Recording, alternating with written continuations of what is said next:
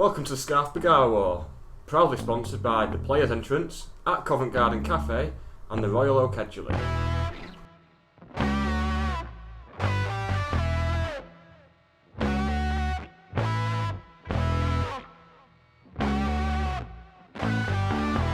Oh, great flick on by Alan Armstrong. Oh, what a beauty! Oh, what a beauty! I waited all my life for that. What a screamer! An absolute screamer! Hello and welcome to a very special new episode of the Bergara War, the podcast about county, music and this month, global pandemics. I'm on to my fifth watch of Breaking Bad and my fourth playthrough of Grand Theft Auto 5. I'm Nick Lee. Now, he's got a list of cult heroes longer than a Leonard Cohen song. It's Russ Johnson. Russ, are you reading me? I'm reading you, mate. I'm reading you. Very good, very good. Now, he's been to the park today and seen so many people flouting the social distancing rules that it ruined his barbecue. It's Dave Espley. Oh yeah, you're right, lads. Yeah, right, hey! Oh, this is great, isn't it? Now, New territory. Yeah, the more observant amongst our listenership will be thinking, oh, they're usually recording the county arms together around a table, all less than 2 metres apart and that. Those law-abiding lads can't possibly be flouting the measures that have been promptly put in place by our glorious leader without a hint of delay. Well, fear not, we're recording remotely for now and until things return to normal. Russ is in the county arms as usual, Dave's at home in Stockport, and I'm up in Fallowfield. Now, a little surprise for you two, I've actually got a special guest. For the first time ever, I'm joined by Monty, the podcast cat. Now, obviously, he can't speak, so he's going to be passing his thoughts on to me. So basically, anything that I say in the podcast now, it's basically the thoughts of my cat. So my thoughts aren't mine for tonight. So I think the first place to start, COVID-19, Russ. What's it all about? You tell me, mate. You tell me. It's just ruining my life. I'll tell you that much. The football has gone to shit, and they even talk about maybe not finishing the season. And today, 26th of March, every division below the National League North and South, they're all ceased. Yeah. So I did breathe a sigh of relief though when that came through, because then I thought at least we can still see Charlie and File go down, can't we? We've got to finish this season. Yeah, if we get nothing else from this season, I want to see them two go down. Yeah, that'll do me. Maybe they could avoid promotion and relegation for every single league in the country apart from this one, and avoid promotion from this one. So it's literally the only thing that happens in the entire country is Files go down. That would be superb. I'd be happy with that. That's fair enough. I mean, that's what you get for inviting Nigel Farage to a football match, you know. Did I hear someone's Windows thing go off then? Is that come through on the recording? I'm afraid, yeah, sorry. If I mute it, I mute you two, which might have its benefits, but unfortunately it means the podcast will be a bit shy. Yeah. I just know it's going to happen to me now. Every email that comes through, it's going to be ping. Yeah. Well, I had the foresight to turn all the tones and stuff off on the settings. Now, famous last words. One of them's going to go off now. I don't know if I'm not really that worried about. I mean, it's COVID-19. It's not COVID-1. So it's like you know when you're looking for porn and you see like backdoor sluts 9, and you just think, well, I've not seen the first 8, so it's probably not for me. And that's the way I'm trying to approach it. And I've been social distancing for years anyway, so nothing new really. Social distancing is great, isn't it? Social distancing is like my utopia. It's like, no, don't come and talk to me. Stay over there. I'm all right, mate. You just stay 6 feet away at least. I'll be happy with that. So it's all a bit. It's still up in the air because the National League, as per usual, just don't seem to want to make a decision.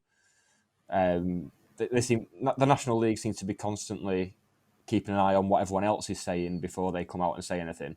It's been no different here really, because I think there's a story in the Daily Star, I know, a couple of days ago, saying that it looks like the season is just going to be finished and they're going to cancel it all. But now it's coming out that everything below has been cancelled and we're expecting to complete the season. So fuck knows. Yeah, like I said before, my main concern really is I want to see Charlie and File go down. I do feel for all the others below because, I think I read on an article early this afternoon one club or one team has gone 27 games unbeaten for nothing. Do you know what I mean? So you can feel for people, can't you? The positive out of this, I've got to say, from a Stockport County perspective, is that the ladies' team will not be relegated, because it does apply to the ladies' team as well. So Right. that's something, yeah. Yeah, it's something. I mean, we were struggling, or we are struggling, and it was we had a right battle in our hands to stay up. But obviously, we're going to stay up, and I think next season we'll probably consolidate now, because last few results have started to show that we do belong in that level, which is the fourth tier of women's football. So, yeah, I was just going to say that you said at the start of the season it's been quite a step up in terms of like the infrastructure of the whole league and everything. So yeah, it'd be a good chance to take stock and then consolidate next year, like you said. Yeah, and improve off the field as well. There's little changes that we can make to step up to the league that we're in, because I think I said it before, and I won't go into it too much, but clubs like Barnsley were coming to our ground. They were bringing fans with them, a proper coach, name in the front. Do you know what I mean? They were bringing a camera crew, about 5 or 6 staff. When we go away, it's just the staff and the players, and that's it. So there's changes that need to be made, but that'll improve, and we'll come to it when we talk a bit about County, about how County can improve with their infrastructure. I'm sure as we go along in this podcast. So there's areas on both sides that can improve massively. I think you're right. I think it's the difference between us being what we have been for the last 5 years, which is a part-time. I hesitate to use the word shambolic, but we are a part-time setup, and you just hope that with the new money that we've seemed to have hopefully got into the coffers recently, it improves, like you say, every aspect of the club. Because I think we mentioned last time, didn't we, that in the Championship, the number of people we employed just as a business, and we're down to one man and his dog working part-time on a Wednesdays at the moment, and it would just be great if that affected every aspect of the club, as you say, from the youth academies right through to the women's team and the first team. Yeah, and it's the little details as well. You're absolutely right, Dave. It's the little details. I remember when we was in the National League North, obviously no names on our back, that kind of thing. But I remember seeing the players without the sort of body straps on, that carry the little gizmo on the back. And bras that they wear. Yeah, it tracks. Yeah. Bras. You'll see enough got note. It tracks your heart rate, it tracks your distance covered, all that sort of stuff. And now they're wearing those, and I noticed in reading some of the articles of Jim Gannon, they're all doing isolated training, and they've all got smartwatches, so they have to report back in what they're doing. Whereas a non-professional club will just let the players go and say, well, we'll do your own training and we'll trust you, but we can't prove it. So he's getting that like really professional mentality back into the club, I think. From seeing a few videos of what the club have posted, I'm fairly certain it's Platt Lane where they're training. Just from looking at they've got the Manchester Met thing up in the background, so that must be where it's all going on at the moment. Yeah, I'm not sure. I've not really heard anything else, to be honest, since this COVID kicked off. Everything's gone a bit quiet. I don't know if you guys have heard anything. That's round the corner from you, isn't it, Nick? Can you not get down there with your little autograph book and wait by the gates for them to all turn up in the car? Well, I'm thinking, me and Mrs. drove past there yesterday, but I don't know. It might have to wait until I go out for my state allotted exercise time. So, although when you do go out for this state allotted exercise time and you bump into someone the thing I like, you're now well within your rights to say, look, I'd love to stop and chat. I've been doing so like whilst being afraid of police intervention, so I'll be off. And to be honest, I'm all for that, and between that and the natty uniforms, I'm starting to see why the Nazis became such an attractive proposition. It's a thin line, isn't it? If you start talking to people, you're not doing your state allotted exercise. You're actually socialising. You can be arrested. That's it. Thrown into the gulag. I mean, they have the trains running on time as well as all that. So it's Nazis one, modern day British society nil, really. If you ask me. I've got a massive problem with personal space anyway. So this 2 metre thing's right up my street, I've got to say. I'm delighted. It's great. I think I say personal hygiene then. I'm glad you said space. Do you remember when there was that story in the national papers about County? Where someone had left notes on the seats of someone who smelt a lot. Oh yeah. Remember that? A couple of years ago, wasn't it? Yeah, we'd love to get see where they are now with that story, really. So if you're the people involved, we'd love to get an email and just let us know if it's all improved.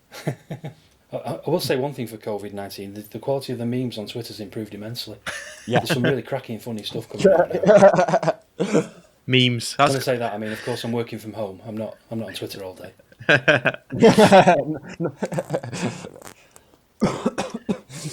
Hang on, was that a cough? Yeah, that was me. Somebody Sorry. coughed. Ooh. No, a bit of ice went down the wrong way from me Kraken and Coke. So yeah, and I think I've choked on a bit of a lime as well, but it's definitely not a cough. Don't worry. Well, if it is, we're not in the same room, so fuck yous. I don't know. This Zencaster we're using, it claims a lot of features, and one of them I think is transmitting viruses. When you said before about getting your thoughts through your cat during this podcast, Yeah. Cats are generally cunts, aren't they? So I can't see why there's going to be a difference. Yeah, well, it hasn't been thus far, has it? So... he's just sat scratching his bollocks now, so he's all right. He's happy. I think he's given up on this, to be honest. That makes three of us.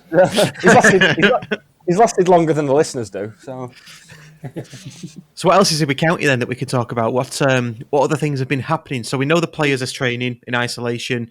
They're being monitored, which is great. What else is it? The communication. Firstly, the communication surrounding what the protocol was going to be in terms of the players training and what have you, but also just in terms of keeping people entertained, keeping people coming to the Facebook and Twitter pages. Obviously there's the topic, the best 11 vote on Twitter, but the videos we posted. I don't know why it's taken so. I don't know why it wasn't done when the season finished last season, but all the goals from last season in one video. We're learning lessons, aren't we? Maybe this is the way forward. When the football's not happening, we'll get decent content like this. Yeah, I hope so, because it's the way it's been going. And I think they've got a few more polls coming up and all that sort of thing. But games of Connect 4 against other clubs. Yeah. Did you see the? I think it was Boreham Wood. Boreham Wood tweeted Eastleigh saying, "Oh, do you fancy a game of noughts and crosses?" And Eastleigh just tweeted back saying, "No." That's like when mascots fight, isn't it? There's something gone on there. Yeah. Something's definitely happened. Yeah. Oh, you can't beat. I see the other one as well, where somebody tried to set up a big game of, was it Football Manager? I'm not down with the kids with these video games you all play. Yes, it was Football Manager. Yeah. And then the Sun step in and sponsor it? So a load of clubs started pulling out then. Yes, they did. Which I'm big fan. More power to anything that shits all over that paper. Yeah, I mean, why would you even speak to the Sun anyway if you're a football club? That's one of my big bugbears. Is any football fan who reads the Sun, visits the page, anything. You're exactly the type of person that they spent years demonising. So why would you? But there's a lot of things I don't get about this country, like why people are currently having barbecues in the park opposite me. So what can you do? Just in terms of online content, while we're on the subject, our friend of the podcast, Ben Walker, on his Facebook page is the Stockport County shirt collection, and he's currently doing the World Cup of county shirts. So he's pitting two shirts against each other, and you can vote for which one goes through to the next round.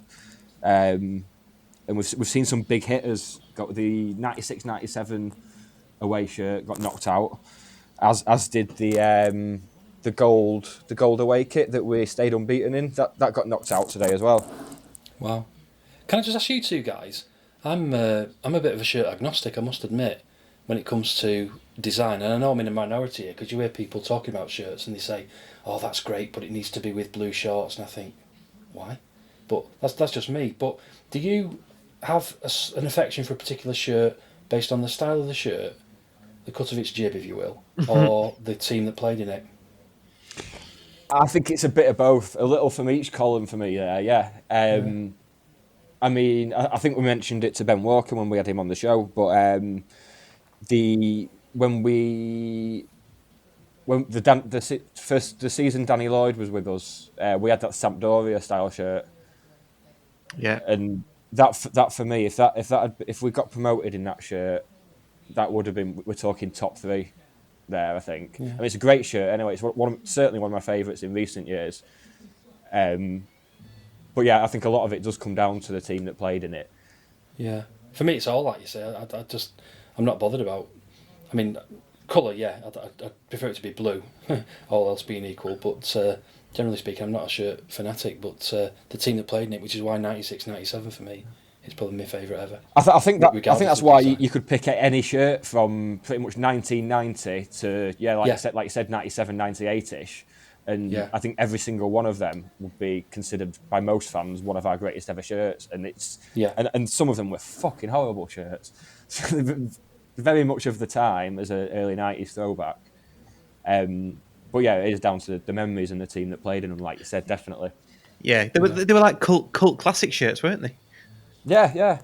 Is that your way of doing a nice little no, because we'll talk about that later. But the cult hero best 11 that we're going to do later, we'll put them in the winner of. I could do like a little drawing where we could put them all into the winner's shirt of whatever wins on the Facebook poll. Yeah, that'd be cool. Yeah. Oh, the perfect crossover doesn't exist. Yeah. There you go. Because I'll just draw them in little Sabutio men. I've started to do that, so it'll be quite easy. Talk about quality social media content. Blimey, Russ, you've got it there. Yeah, absolutely bossing nailed it. But it's I think we should highly praise the young. I think they are young lads that are doing the social media at County at the minute, or the media.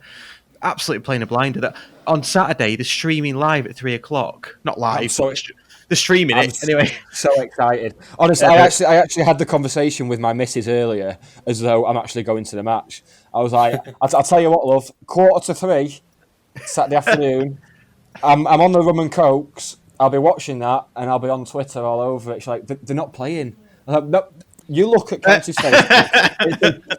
3:00 on Saturday, there's a game on. I will be watching it, and there's not a fucking thing you can do about it. Well, I'm going to clean the car. You can clean the car. I won't be doing it, because I'm watching the match. Do we all have to sort of get in the spirit of things as well with what we're doing? Because when that goal goes in at Spennymoor, do I have to then get on my phone and get an uneaten ticket as quick as I can? Because that's what I did. Once again, yeah. Get that over. Well, I'll be stood around for 5 minutes. While everyone's jumping up and down, I'll be stood there for 5 minutes going, my flash scores hasn't updated. It still says 0-0. And just, I lost about 5 minutes of enjoyment there that I'm never going to get back. Everyone else was jumping about like mad bastards, and I refused to believe it. You've got to confirm it to yourself, however you do it. You can't just go off hearsay. Yeah, you can't go back to... I mean, it's not the 90s anymore. It's not like one old fella with a radio to his ear. It's funny because these moments come round every now and again. I remember the one that sticks out for me before the Curzon game was Carlisle at home, 0-0. Yes, when it was absolutely packed. And yeah. my mate Jacko, I used to go with him all the time. He, for some reason, in this massive crowd at the Cheadle, he knew that another team hadn't won or something. Was it Colchester or some? Or Colchester, I think. Yeah. Or Cambridge or something. I think they began with a C, didn't it? Might be wrong, but somehow he on his phone or whatever. Because don't forget, it wasn't all flash scores and what have you then. So no. And I remember him going, it's full time. We've stayed up. And then it sort of filtered around the ground, and everyone's like going, yeah. And I just remember about 3 rows back, this guy with a handheld radio to his ear going, it's not finished yet. It's not finished. It's like, fucking hell. Do you know what? Who do you believe? That might have been me, because I literally, I remember getting so annoyed at the time that some dickhead had said, it's finished, we're safe, and jumped around, and some other guy went on the pitch and started celebrating with the players. And it might have been me because I was genuinely listening to the game and it hadn't finished. We could have still got relegated. and that was what, 2006 that was, wasn't it? When Jim kept us up. Yeah. So thinking about it, that was probably the last time, one of the last times that type of scenario happened with people listening on the radios. Because after that, it was smartphones all the way, wasn't it? Yeah. But I'll let the perfect example of that though is when Man City, was it City who did they need to win to stay up? And they were drawing, and Steve Lomas took it into the corner. On the orders of Alan Ball. Yes, that was it. Under Alan Ball, yeah. Oh, that was outstanding. How can you, as manager, get that wrong? That's a sacking offence in itself. It really I mean, as is, they isn't went it? down anyway because they didn't get the winning goal, did they? But they needed to win, and he thought they needed a draw. Yeah. So he said, "Take it into the." Well, no, hang on. He said, "Take it into the corner," and they did. And then it was Niall Quinn. Niall Quinn said, "I'm not going to do his accent," but he said, "No, we need to score." And he went pegging down the touchline. He was a sub or something like that, down to the touchline to say, "Get it into the middle. We need to score," and they didn't. So that's it. No matter what City win, no matter what trophies they buy, no matter what human rights abuses the owner commits, that's how I'll remember them. That's just Man City for me. That just sums them up. Okay, what else are we going to talk about? We've done the media. We've done the breaking play for COVID. Not really much going on. How What about else? the talk, the discussion? I mean, in terms of the season ending, we've obviously touched on it in terms of what they've decided below us and below the National League North and South. But to me, there were always four options when this thing happened for what we do from now on. You either finish the season whenever that happens to be, you restart and finish this season. You abandon it completely. Say, right, null and void, we start again with this, we do this season over again. Or you take the table as it is, which is ridiculous because teams have played different amounts of games. Or you do an average points, which is slightly more sensible. But again, it's not totally fair because not everybody's played the tough teams and what have you. So to me, if you rule those last two out, I think you've either got to finish it whenever, or declare it null and void. What do you guys think about what we should do? Yeah, I'm not a big fan of the whole null and void thing, but that's purely selfish because we're in with a chance of actually doing something. If we're just stuck it just mid-table obscurity, I wouldn't be bothered. And same with going down, I'd just want it null and void. But if it does go null and void, I can see Berry coming in with a lot of legal challenges, saying, "Well, we were kicked out of the league during a season that has now been declared null and void." Good shout. Yeah. So that's going to get opened back up again. It just depends because I think it just depends how long it takes for all this to get sorted. But the great British public aren't really showing that they're capable of helping get it sorted any quicker. So I can't see when. I mean, I'd love summer football. Don't get me wrong. Yeah, I think friend of the podcast, Mr. Schofield, made a good point about Dave, about contracts and stuff. Because they end, don't they? Is it 30th of June or something like that? Yeah. Well, a lot of them sure end at the end of April. Part-time teams. Yeah. Yeah, that's true. I'm sure you could get around that though with like extensions to the contract or some kind of agreement, whether it's goodwill or whatever. Because what I was interested in something Gary Neville apparently said a couple of days ago. He was saying, why not finish everything with like a festival of football? So you have like effectively set aside a month to get everything done. So you've got teams playing 2 or 3 times a week, but it's just like in a World Cup. It was just like 96, 97 all over again, wouldn't it? Yeah. So you say basically, we're going to finish the league. It will end on 17th of June or 1st of July or whatever, and we're going to fit in the games before then. And it may well be that we'll do 3 a week in some cases. Yeah. But that's what you do in a tournament. Yeah.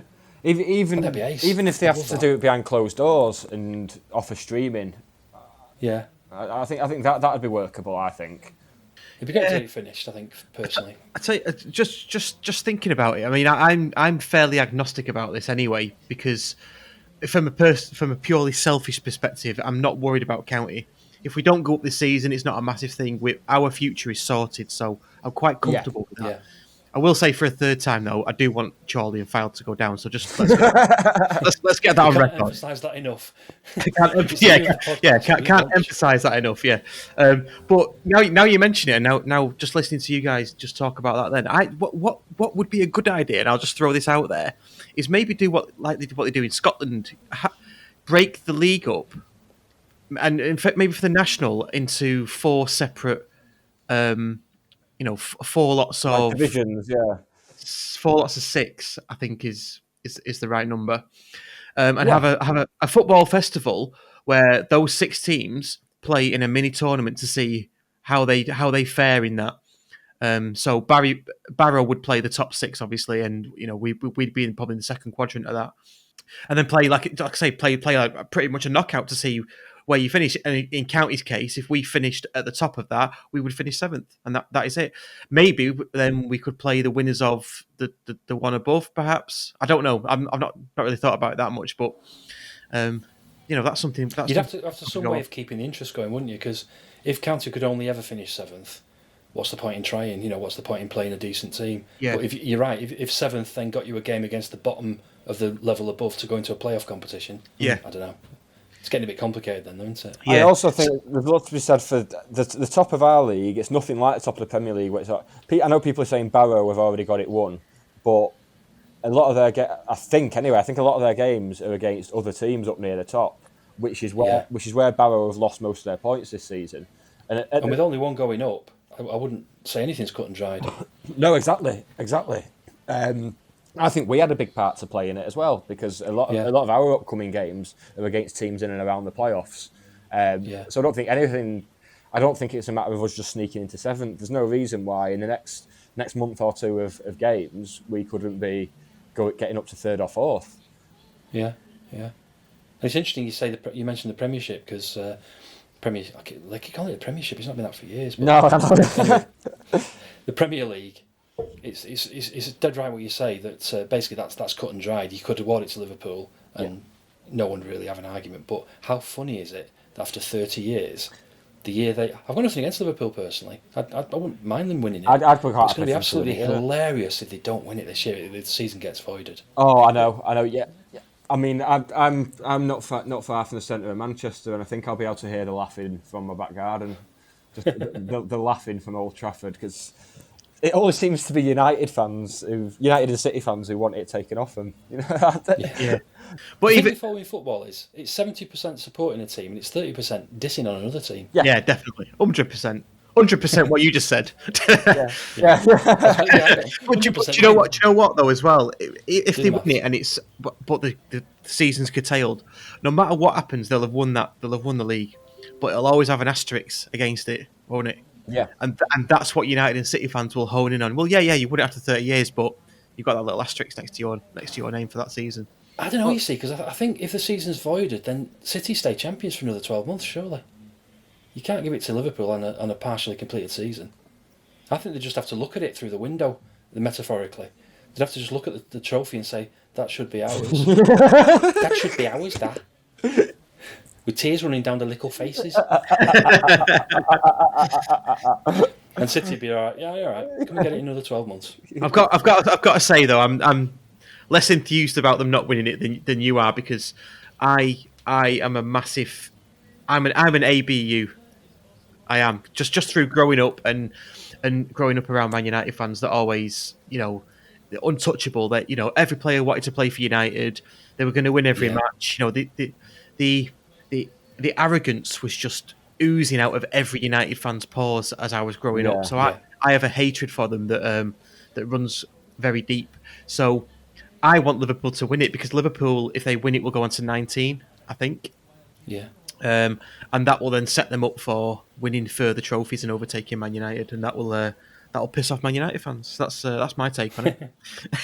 Yeah, it's all about supporting the team, hating the others. Hating the others, yeah. That's why I wouldn't mind seeing the home nations back, because there's something very romantic about being able to turn to the nearest country to you and just go, ha! Wankers! It's almost like bragging rights, isn't it? Although as a county fan, I have no sort of foundation to brag at a United fan whatsoever. But every little thing that I can chip away at, I'm gonna proper chip away at it. You know what I mean? See, I don't like to be too harsh on United, because my oldest mate Wayne, he's a big United fan, but he's been coming to county with me for years. And I mean, he was there at the Curzon game, like last year, where that Spennymoor goal went in and everything. So I feel like a bit of a dick, like taking the piss out of United now. So it's always. Is he going to be with you on Saturday at 3? Yeah. He's picking me up from my house, and then he's going to sit and watch me drink in the Armoury for an hour.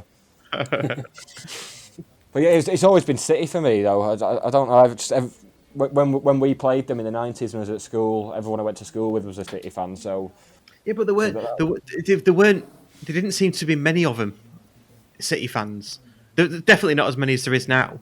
I mean, there's loads now, but when I was at school, there wasn't as many City fans. And I've got to admit, my dad's a big City fan, and my middle name is Colin after Colin Bell.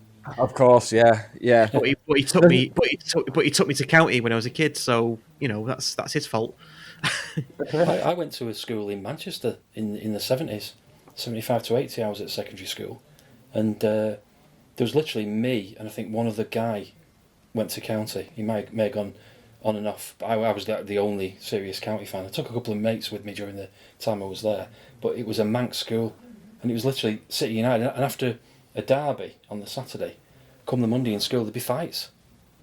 With me, it was always... I think I'm bumping into the wrong City fans, because to be fair, I do know a lot of alright City fans, but the ones I tend to bump into in pubs and what, I was at some gig with my girlfriend a few months back, and a few of her mates were there, and there was this bloke with their mates in his 40s, and I was introducing myself, so meeting them all and what have you. And anyway, one of them's a City fan.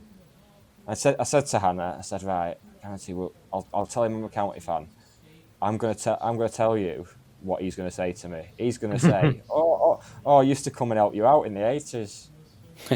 I was like, oh, you're a City fan, are you, Dave? Oh, yeah, I'm a Stockport fan. And honestly, without missing a beat, straight away, oh, yeah, I used to nip down in the 80s just to come and help you out, Like, but that's just me, I'm bumping into the wrong ones, because without fail, they always say that to me. God bless them. Yeah, the 25,000 that used to come and help us out in the 80s when the attendance was 1,200. Yeah. Don't get me wrong, City fans are wankers now. They're absolute wankers. They've turned into the Man United fans of the 90s and the noughties. They've turned into what they despised about Man United. Yeah. Anyway, should we bring it back to county, because we've gone on to... I'll tell you who else can fuck off. Fucking failed. Right, yeah, have I mentioned it yet about me wanting? Anyway, I thought I'd get it in just in case it did survive the edit. As a Tory, whenever I'm down in London and I find myself short of quail's eggs, I head down to Covent Garden to replenish my stock. And if I want eggs in Stockport, I head to @Covent Garden. 94 Lower Hillgate in the heart of Stockport Old Town. Come and visit Covent Garden for quality breakfast and lunch, fantastic coffee, cakes, light snacks, and above all, a friendly place with great service. Open match days. So, Cult Heroes is where we're going for the Cult Hero 11, is it, Russ? Tell us a bit more about that. Yeah, so I got the idea from the club, basically, and I've actually messaged the club as well to make sure that we're okay to do this. Not that we need permission, but it's just nice to be aligned with them and make sure that we're not duplicating effort. But yeah, they did a best 11, which is great, and it was voted for by the fans, and that came out, and it was a really good best 11. But I thought, what about having a fans' favourite / cult hero 11? What's a cult hero? Oh well, I'll tell you, Nick. I'll tell you. So the way I see it, a cult hero is a player that's highly regarded by our supporters, not necessarily for the level that they're playing at, but certainly for bringing inspiration to a certain team at a certain point. Yeah. Whether that's blind loyalty or some players are genuinely likable. You get a player that's not the best, and I'm not saying that any that we're about to talk about fall into this category, but players that are not basically the best, but they really lifted a team at a certain point in time, and the fans got behind them, and they've probably stayed for a season or something, and they really made a mark. There's a song written about them, a song sung about them on the terraces, and they basically gave everything to the cause, and they were really fans' favourite. So I think a really, really good example of this, and we have got quite a list actually. A really, really good example of this is probably someone like Louis Cavaco or Adam Proudlock. If I were to think of two. Yeah, brilliant. Yeah. So Louis Cavaco, I think he was only here for a season, wasn't he? Broke his leg towards the end of it, but made such an impact that every county fan knows his name to this day. Yeah. But didn't get into the best 11 because he didn't stay for a long time. He wasn't considered one of the best players. Adam Proudlock, League 2 to League 1, faded away in League 1, I think, but was renowned for the songs that we sung about him. We had to change a song about him because he didn't like one of the songs. So it's just those type of players, and I started to think about who they would be in an 11, and then put it out to Twitter. And apologies, I got it wrong on Twitter. I said the players that got you loving County. That's not really the point. It's more about those players that you really, really love when you're watching County for whatever reason that may be. You love them, and they're loved by a small minority of the fans. Yeah. But really, really passionate. But every County fan knows why you love them. Yeah. So the idea of this is, I'm not sure how we'll do the voting yet. We can talk about that. But the idea of this is, we'll talk about some players. We'll pick some out from the sheet that I've sent you guys, and we can talk about a few of them. And I think we'll have some sort of, we'll have a cult hero festival, where we do voting. We can do voting tweets for each category. And then sort of see who wins at the end. And the rule is that the best 11, the players in the best 11 are exempt from this. They are off the table. Yeah. But the players that are at the club now are included. And that's not because I don't want to set any markers or anything like that. I just think that at this moment in time where we are, there are some players that fit that bill. Yes. I've named 2 in here. I think I'm just looking at my list. I've named 2 in here. 3, sorry, of the existing players that would fit into this mould, who I think deserve to be there. So we can talk about it. So what I'm thinking we do is us 3. We choose a player each for each position, and we'll have to be fairly quick about this because we could be here all night. So that will give us our first 3. Then we'll pick a 4th from the best of the rest that we decide, and then any that we're missing, if they get voted for by the others in tweets, then we can bring them into the fold. How does that sound? Yep. Sounds good. Festival of Cults. A festival of cults. Yes. Yes. County cults. so Right cults amongst mine, I tell you. So there might be some that I've missed when we talk about this, and there might be some that I've got the positions wrong, because I must admit I had to get my Stockport County Legends book out for some of them to see what position they played in, because we were getting some names from the 50s and 60s here, and I'm just thinking, can't remember. I don't know where they played. I'll be honest. So yeah. I've gone a bit loose with me positional definitions. Yeah, and some players, don't forget, played in many positions. So I mean, this is County we're talking about. Built on a long history of total football. So I don't think positions are the issue here. Well, it's. I think if you look at Bill Williams, which is one guy mentioned, one player mentioned from the early 90s, late 80s, early 90s. He played in the whole of the defence and the whole of midfield, like Jim Gannon. Yeah. So, where'd you put him? I've put him at centre half, along with Jeff Eckart.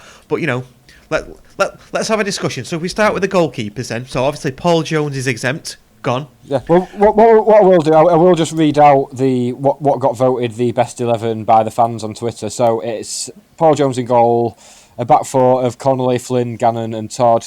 Midfield 4, Cooper and Pilkington on the wings with Bennett and Marsden in the centre, and a front 2 of Francis and Armstrong. So none of those players, before you email in saying, well, why is Chris Marsden not on your list? Because he's in the actual best 11 voted Best for. 11, yes. Yeah, nip that in the bud straight away.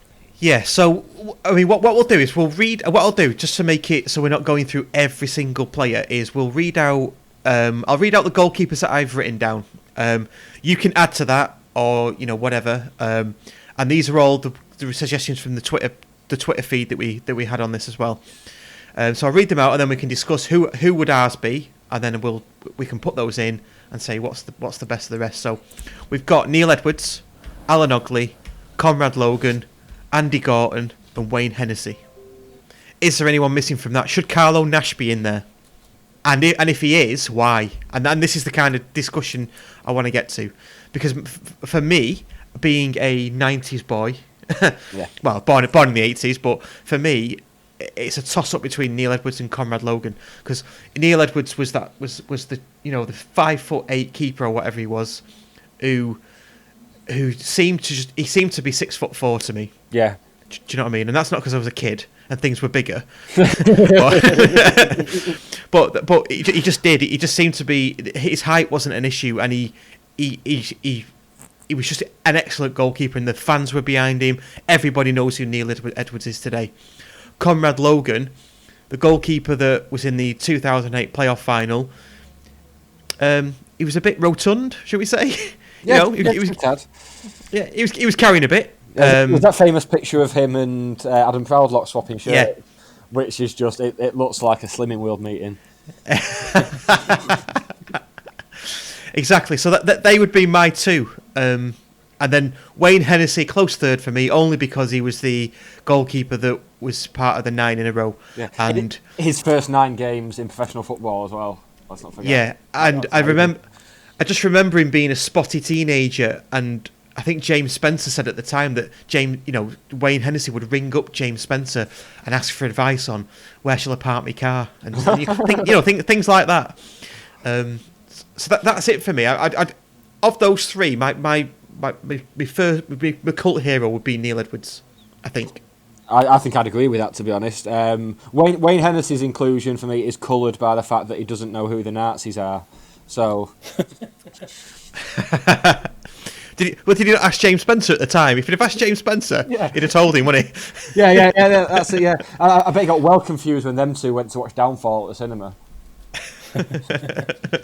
So go on then. Goalkeepers, discuss. I mean, we obviously can't spend masses of time on this because we've got 11 positions to go through, but... I mean, for me, Neil Edwards was in goal. When I first started going to County, it was Neil Edwards until Paul Jones came in for that season. I can't look past Neil Edwards personally. Obviously, we'll see how the vote goes as well, because simply he's got so many reasons to vote for him that you could list, which we won't. Whereas Conor Logan's got one, and it's that photo. Okay, so of the 5 then, are we saying is Carlo Nash in there? What? I mean, okay, it's my poll. I'm having Neil Edwards. Who do you want to be your choice? Oh, there we go. So is he your choice, Russ, or is he the Twitter artist's choice? He's my choice. Okay. Well, I'd like to see Alan Ogley as one of the choices then. Before my time, obviously, as a player. But in terms of being part of the club, he's been back numerous times since then. He gets involved. He's actually joined us on the podcast before. He gets what the club are about. So in terms of his long-standing association, I'd argue that he should be in there. I'd agree. I think Alan Ogley's a must-have, really. Yeah. Okay. So, Dave, what's your choice then? Of any other goalkeeper? It's a bit left field, and he's making up the numbers to a certain extent. But Brian Lloyd, and the reason for this is he had 2 spells with County. I think he was a good keeper in the 60s before my time, but then he rejoined us in about I don't know, 80s maybe, possibly like early 80s. And the reason I'm picking him because he was absolutely shite on his second spell. But there's 2 reasons. One, that he scored a goal, end-to-end kick, in a game at Bradford, which was the opening goal, in I think a 5 or possibly 6-1 defeat. So he scored the goal with an end-to-end kick. We went 1-up and then got absolutely tapered. He was shite, but I always remember him being featured in the programme. He had a pair of lucky shorts, which apparently he'd worn when he played for Wales. And whether the luck had been washed out of him by his not only did he have these lucky shorts, he actually made a point of highlighting them in a programme article. So, yeah, Brian Lloyd. Okay, so 3 to vote for. We've got Neil Edwards, Alan Ogley and Brian Lloyd. Okay, Twitterati 4th is either Andy Gorton, Wayne Hennessy, Conrad Logan or Carlo Nash. Or we could leave it as other. What do you reckon? Ooh, that's tough. I think there's certainly a case for Nash being in there, because it was. I think he was the key. That was very much the start of the decline, the late 90s. But he was a solid keeper for us at that point, where other players were being sold off everywhere, and eventually he was as well. But he was a solid keeper for a fair while. He was, and they had a curry named after him at the was it the Garamsala? Yeah, he did. Yeah, yeah, he did. Well, didn't they say they give him a free curry every time he got a clean sheet? Clean sheet, yeah, that's it. Yeah, yeah. Yeah. I'll tell you what then. I'll go Hennessy because of the 9 in a row, which I think is reason enough to have anybody in. So you've got the casting vote, Russ. Well, we've got Conrad Logan and oh, see what you mean. Okay. Oh, out the two. Oh, now guys, you put him on the spot now. Fucking hell. Jesus. At the time, that's really difficult. That is really difficult. I'm gonna say Wayne Hennessy, only because while he was at the club, he probably achieved something that, well, no, not probably. He did achieve something that Carlo Nash never did, and instantly become a fan's favourite, I think. So I might get a bit of stick for that, but I think Wayne Hennessy. So we'll put Wayne Hennessy in as the fourth slot. Yeah. But don't forget, the Twitterati, as we're calling them, can absolutely change this by voting in the other section, which will be the tweets below that. Okay, on to right back. So obviously Sean Connolly is the best in the best 11. Then we've got this is generally off Twitterati and mixtures. Billy Haydock, Sam Minihan, John Hardiker, Ali Gibb. Now, I think John Hardiker was a right back, or he did play there sometimes. I know he moved into centre back as the squad started to thin and the bad times started to take hold. But I think, from my perspective, John Hardiker was he was kind of like a shining light in a really, really shit team. And I know I think he was made captain as well in his early 20s.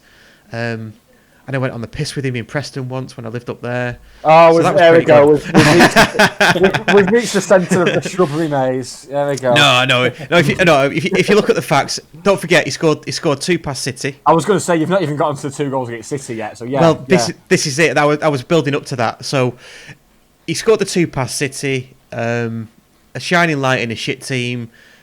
I think that calls to be that's a cult hero to me if there ever there is one. But there is argument for the others as well. The only thing against John Hardiker for me is that he was a defender wearing the number 10 shirt.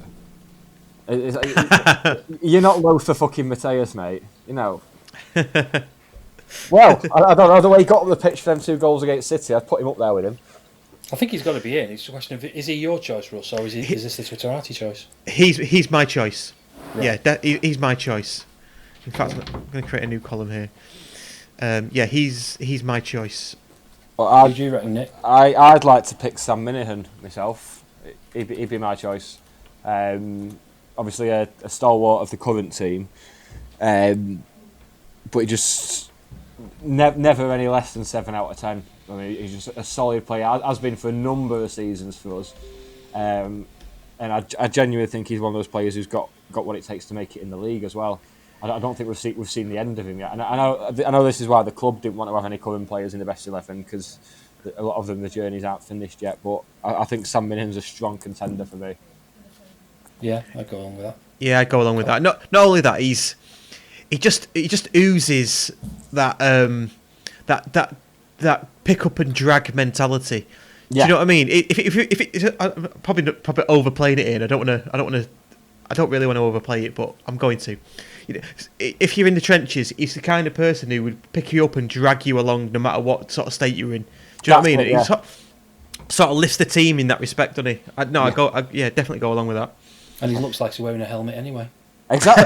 So in the trenches, that's what you want. And he's a bloody nice guy as well. Okay. Not on the pitch, but off the pitch, he's bloody lovely. So that'll do. Yeah, that's the kind of thing you want for a cult hero, absolutely. Right, Dave, what's your choice? This is where we talked before about being a bit economical with the positions. Yeah. It's probably not, yeah. But you know what I mean?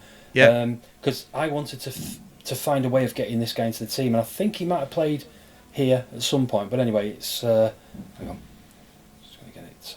You know his name, don't you? It's Chris Beaumont, because I'm pretty sure he played fullback at least once, and he gets him into the team. Or he gets him into the vote anyway. Chris Beaumont. Yeah. Care to elaborate? Well, apart from, I mean, he's part of the amazing Bergara years in the 90s. Always gave 100%. Really, really underrated player. Scored at Wembley. Scored in the playoffs against York to take us to Wembley. And he's now a fan. He comes along and watches the games as a fan. Yeah, so, I've got a picture of me and him on the pitch at Nuneaton, actually. Really? Yeah, me and Chrissy Beaumont, yeah. It's amazing, isn't it, really, when you think, a pro footballer who then comes using his own money and making his own arrangements to get there as a fan. That's he's got cult written all over him. That's it, it's crazy, isn't it? Didn't he crossed the ball for Helliwell as well, didn't he? Everton away. Yes. Second goal. Yeah. Yes, he did. Okay, left back. Lee Todd is the best, obviously. We haven't chosen a Twitterati right back. Oh, sorry, Twitterati right back. We've got Ali Gibb or Billy Haydock. Even I'm not old enough to remember Billy Haydock, I'm afraid. No, I don't. We should only have Ali Gibb in if Luke Beckett gets into the striker slot, because otherwise there's not much point. Well, we'll get to the striker slot. That's where we're gonna have real problems at the striker slot. From my experience from what I remember of Ali Gibb, it was him and Beckett had a great connection. But other than that, I do remember Ali Gibb just playing a long ball down the right wing and also being the one to get on the end of it. He was playing in that kind of team, I think. Yeah. Right. Well, yeah. I mean, I can't argue with that. I don't know who Billy Haydock is, and unfortunately, the person that put that is not here to argue the toss. So we'll go with Ali Gibb, and then obviously others can argue. Okay, left back. So we've got Lee Todd in the best 11. Then we've got Colin Woodthorpe, Michael Rose has got magic toes, Shane Nicholson, and Martin Pemberton. Now, somebody mentioned Martin Pemberton only because they were shagging a girl from Girls Aloud. Yeah, so she's called Kimberly, Russ. I mean, come on. Oh, is she? Yeah, I don't know. She's got a name. I called her a woman. What more do you want? Do you reckon people see her in the street and go, she went out with Martin Pemberton? in the same way that people must bump into Blue and say, oh, didn't you do that song with Stevie Wonder? Oh, this is a tough one, isn't it? I mean, I've got to say my choice would probably be Colin Woodthorpe, if I'm being completely honest. No, I think. I mean, he's definitely. I mean, I know we're not. This is cult hero and not ability wise. So, but he is one of the best left backs we've had at the club. And didn't he come scored in as well? Lee Todd as well? Yeah, he might have done. Yeah. I mean, stepping into those shoes, I think he did, yeah. I think he was the following year. After Todd had gone to Southampton. So having to take Toddy's place on the pitch and make up the deficits at the club bar, it's a lot. There's a lot on Colin's shoulders there, but he consummate ease. That's a good call. So yeah, not much reason behind him being a cult hero for me, but that's my choice. Then we got Michael Rose, Martin Pemberton, Shane Nicholson. Then it dried up a bit there. The fullbacks is quite a dry area. Have you got anyone different to those three, Nick? I have. I'd part of me, well, no, I would have argued for Scott Duxbury, but the whole way in which he left has kind of soured that. But I thought Scott Duxbury was very solid over two spells. But I genuinely can't think of another left back who I think would go in there. But I bet you've got one now, haven't you? Well, I was going to say Mark Robinson or Sean Newton. It would decent left backs in again crap teams. Is the only two that I can think of. Mark Robinson, I just know for stealing comedians' jokes on Twitter. So I can barely remember him playing for us. No, that's cult behaviour. Yeah, proper cultish. Who are you having then, Nick? For me, I'm going to go Michael Rose, I think. Just because with his absolute wand of a left foot. It's very rare that well, I know you do see it quite often, but at County, I can't think of another fullback who's chipped in with so many goals, from free kicks. I think Rose scored some very important goals, especially in that 2006 to 2008 period. I think when you think back to a lot of the best County away days, like Peterborough away and what have you, most of them, Michael Rose scored a free kick in them. Okay, Dave. I'm going to go for Steve Sherlock, who I guess you guys might not even have heard of. You won't remember him because he was in the 80s. But solid player. Big mop of 80s hair as I remember him. But he was a decent journeyman fullback in a shit team, but he was called Sherlock. So that's all for me. Okay, cool. Was he ever constipated? You what? Was he ever constipated? No shit, I've no Sherlock. idea. I don't know why. Ba-boom. Sorry, mate. And then the Twitterati then. Okay, Steve Sherlock, that's a good one. Yeah, cracking that. Yeah. Twitterati, I've got Shane Nicholson. I'm not even going to put Martin Pemberton in it. No, it's leave. upset me seeing Just his leave. name there. Someone mentioned it, but Shane Nicholson. Oh, I do have the one memory I have of Martin Pemberton. I remember because he signed summer 2002 after he'd been relegated from the Championship under Palmer, and I was 2002. I was 15. I remember me and my mate from school, who's a big County fan. We went to they had an open day at the ground, like with a new shirt, and Carlton Palmer was doing a fans forum, and my mate thinking, oh, I know football. He got up in the fans forum and asked the question, oh well, Martin Pemberton, we hear he's a left back, and then some places say he's a left winger. Like, what is his position? And Carlton Palmer answered, oh, he's just a general left-sided player. So that was the type of tactical insight we were getting from Carlton at the time. So it's a wonder he didn't really make it as a manager, isn't it? and yet, you, as a centre back, you were going to put him into this poll, weren't you? Well, yeah, I could have backed it up easy though. Right. Well, let's get on to that. So centre backs. Shane Nicholson. We've just got before we move on. He fulfills the dual criteria of failing a drugs test in his career, but also he was someone else who went out with someone famous, wasn't he? Didn't he go out with a Coronation Street actor? Tracy Shaw, remember her? Oh, aye, Maxine. She got her head caved in by Richard Hillman. Didn't he? Have I dreamt that? Well, who was that? Carlton Palmer? No, Shane Nicholson. Oh, right. Oh, right. I thought what about Carlton Palmer shagging Coronation Street stars. I thought you were as well. Jesus. Failed the drug test. Jesus. No, Shane Nicholson went out with Tracy Shaw and failed the drug test. So, oh, right. Just reinforcing the reason he should be in there. Yeah, that'll do. Fair enough. Fair enough, yeah. Maxine from Coronation Street beats one of the ones who can't sing from Girls Aloud any day of the week. What position are we on now? Okay, centre backs. So we've got. Right, so we're not going by numbers. We're like on 5 and 6 now, if you like, rather than. Yeah. Oh, yeah. 5 and 6. Yeah, definitely. Yeah, 5 and 6. 100%. 5 and 6. Yeah. So we've got Mike Flynn and Jim Gannon who are in the best 11, and then we've got some good names here, mate. I tell you, Andy Thorpe, Martin McIntosh, Bill Williams, Jeff Eckart, Ashley Williams, Tommy Sword, Matty Bound. It's good to see McIntosh on there because I saw someone on County's Facebook when they published the 11 as voted for on Twitter. Someone in the comments said Martin McIntosh should be in there over Gannon because Gannon's only in there because of what he's done as a manager. No, he's not. So I took that so badly that I've decided to self-isolate for 4 weeks.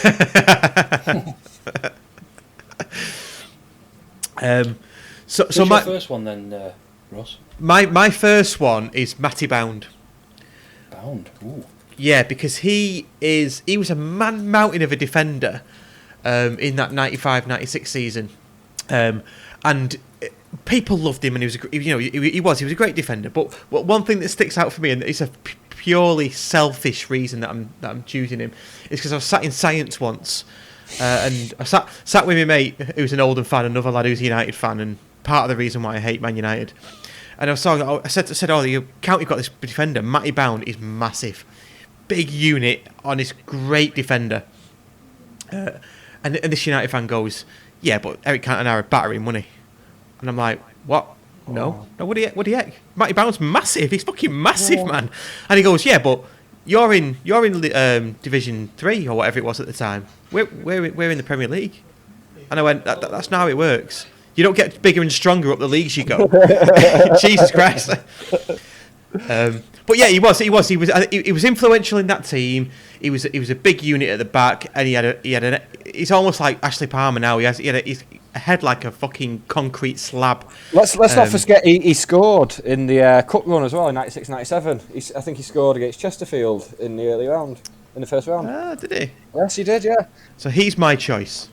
Nick, who's your first choice? Jeff Eckart for me, because nice. he was almost another Jim Gannon type player as well. He played at centre half, but he'd very often be popping up in central midfield as well. Or up front. I think didn't he score a hat trick against Blythe in the FA Cup once? He scored 5-0 win against Blythe in the FA Cup, and he scored a hat trick. Yeah. Oh, at least I never thought then when we battered them in the cup. I never thought, we'll be playing these as equals one day. Oh, could you imagine thinking that at the time? I know, unthinkable. Madness. Yeah. But yeah, Jigsaw Jeff for me all the way. He had a go in nets as well, didn't he? In one particular game. He did, yeah. Was it a game he scored in as well?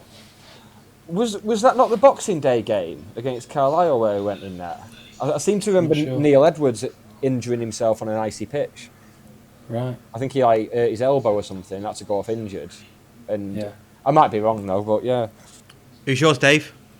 First of the centre halves. Well, he's in the list as well, which I'm glad to see. But Tommy Sword, because I'm of that era that saw Tommy Sword play.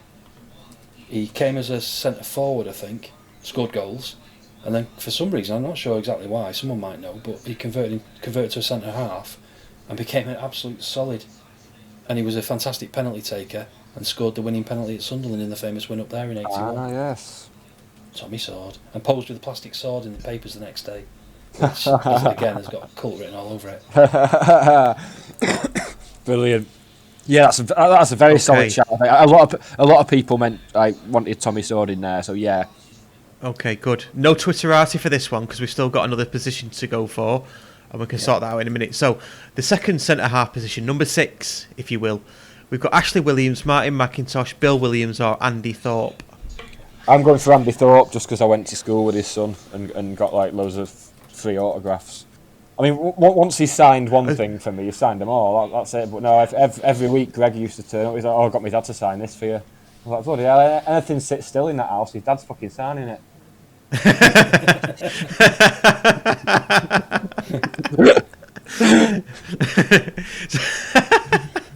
But yeah, I also like as a kid, like reading county history books and reading old programmes. Like you'd see the name Andy Thorpe everywhere. So from a very early age, I kind of knew what a legend he was, even without having seen him play. I think didn't he play in 3 decades for us? Because I'm sure he started in the 70s. Yes, he did. Yeah, he played for us in the 70s, 80s, and 90s. Yeah. Yeah, I remember his debut. He was about 17, I think. Well, he's the highest appearance. He's the highest appearances, isn't he? Ever. 500 and odd, is it? Something like that. Well, I think. Let me just look at my Legends book. I think it's 555. Yeah, all the 5s. Yeah. So. All the doubles. Yeah, that's a good shout. That's a good shout. I like it. I like the fact that he was your choice because of signing stuff when you was a kid, and not the fact that he's our, record appearance. Honestly, it got to the stage where I couldn't move for stuff that was signed by Andy Thorpe. It's like, it's ridiculous. But yeah, good egg. What's your choice, Dave? Second centre half, I'm going for Tony Barras. Oh, solid. Barras. Member of the Bergara first fantastic team, or maybe second fantastic team. Depends how you categorise Bergara's teams, really. But also now a local lad, and I think he's a plasterer. In fact, I know he's a plasterer because he did some plastering at our house a couple of years ago. So Tony Barras is mine. Yeah, if you want any work doing, you can call him. Yeah. Okay, good shout. Right, my choice is going to be based on what's left and what I know. I'm going to go for Ashley Williams. Good shout. Yeah. I was getting a bit worried that he wouldn't get in there then, and he very much deserves it. Yeah. Yeah, I mean, the reasons are obvious, aren't they? That goal away at Rochdale alone was a thing of beauty, and not just for what he went on to go and do, and I was always proud to say he used to play for County, but even when he was at the club, he came as a youngster from Hednesford, I think, and sort of established himself, was made a captain really early, and established himself as a fan's favourite. So I'm going to include Ashley Williams. Turn a non-league player into, or one who's come through the ranks into someone who goes on to big things elsewhere, innit? I mean, he goes on to captain Wales to the semi-finals of the Euros. Yeah. The only fly in the ointment for that really is the way that he left, and it wasn't a Duxbury leaving. It was just he went on loan to Swansea, and then he sort of just went to Swansea, didn't he? I'm not sure if we got any money for him. I think we did, and there was wasn't he one of the the players where there was problems surrounding the sell-on fees for a few years after? Like, yeah, like we flogged the Yeah. sell-ons in an attempt to stave off administration, which That didn't was work, it. obviously. Yeah. Yeah. And then not long after that, he was being linked with Liverpool for 20 odd million. Yeah, I think Arsenal as well. Yeah, Arsenal for 20 odd million as well. Yeah. So yeah, the defence and the goalkeeping area looking really, really solid now. Question for you both. If you could recreate one sporting moment and be there doing it yourself, what would it be? Russ? Winning putt in the 1992 Open Championships to replicate Nick Faldo. Golf then? Yeah, obviously. Yeah, I don't know, not my thing. But you, Dave? Well, I'm a Tory, as you well know, so I go and watch cricket. And I was there along with John Billsbury, friend of the podcast, the Tea Party podcast, and we were both there when Ben Stokes hit the winning runs in the Headingley Test on that famous Sunday a couple of months ago. So I would recreate that. Even I watched that. I'm going to have to go for a county moment now, then, aren't I? Top of my head, Glenn Taylor's header for Spennymoor against Chorley, all the way. Get in. So why have you asked us that, Ernie? Because it's a little message from our new sponsors, the Players Entrance in Mersey Stockport, where you can go and recreate many sporting moments. And it's run by a county fan. And it's got Darren Stevenson on the wall. There's a mural of Darren What do you Stevenson need? on the wall. doing an overhead kick, I believe. Doing an overhead kick. I'm going to get on for it. I don't want him doing that. Was he actually doing an overhead kick like as a model for the picture? I don't know. Or The picture I've seen with him, he's got his broken leg, or whatever he's done. maybe that's how he broke it. Maybe. Okay, on to left wing then. Do we need 2 more from the Twitterati though for the centre halves? Oh, yeah, my apologies. 2 more from the Twitterati, Martin McIntosh and Bill Williams. So really strong again in that Yeah, area. they're the only 2 left, aren't they? I'll put Bill Yeah. Williams into the Matty Bound pot and McIntosh into the Williams pot. So I will get all this out eventually. So left wing. So Kevin Cooper is the left winger in the best 11. Done. The next ones I've got in no particular order: Andy Welsh, Johnny Price, John Jeffers, Tommy Rowe, Danny Lloyd. Dave, you go first. So this is number 11, isn't it? Yeah. It's traditional number 11. In fact, I'm going to put the position. I'm going to put the numbers on. Yes, Yeah. come on, let's do it. Oh, right, yeah. I'm going to go for George Best. No, I'm not going to go for George Best. I'm going to go for Tony Coyle. Played for us, I don't know how long, but in the shittest of times, late 70s, early 80s. And he was our record signing for about 17 years, and it was something like 35,000 from Albion Rovers. And it was our record signing for so long, it was embarrassing. But he was a fair old player. He was a decent player in a crappy team, and I think he stayed around afterwards and ended up working for the DHSS in Stockport.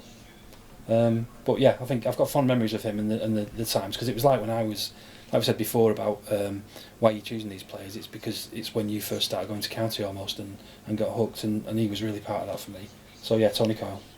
Part of me wants to say Danny Lloyd, but come back when you've fired us to the Football League, and then we'll talk, Danny.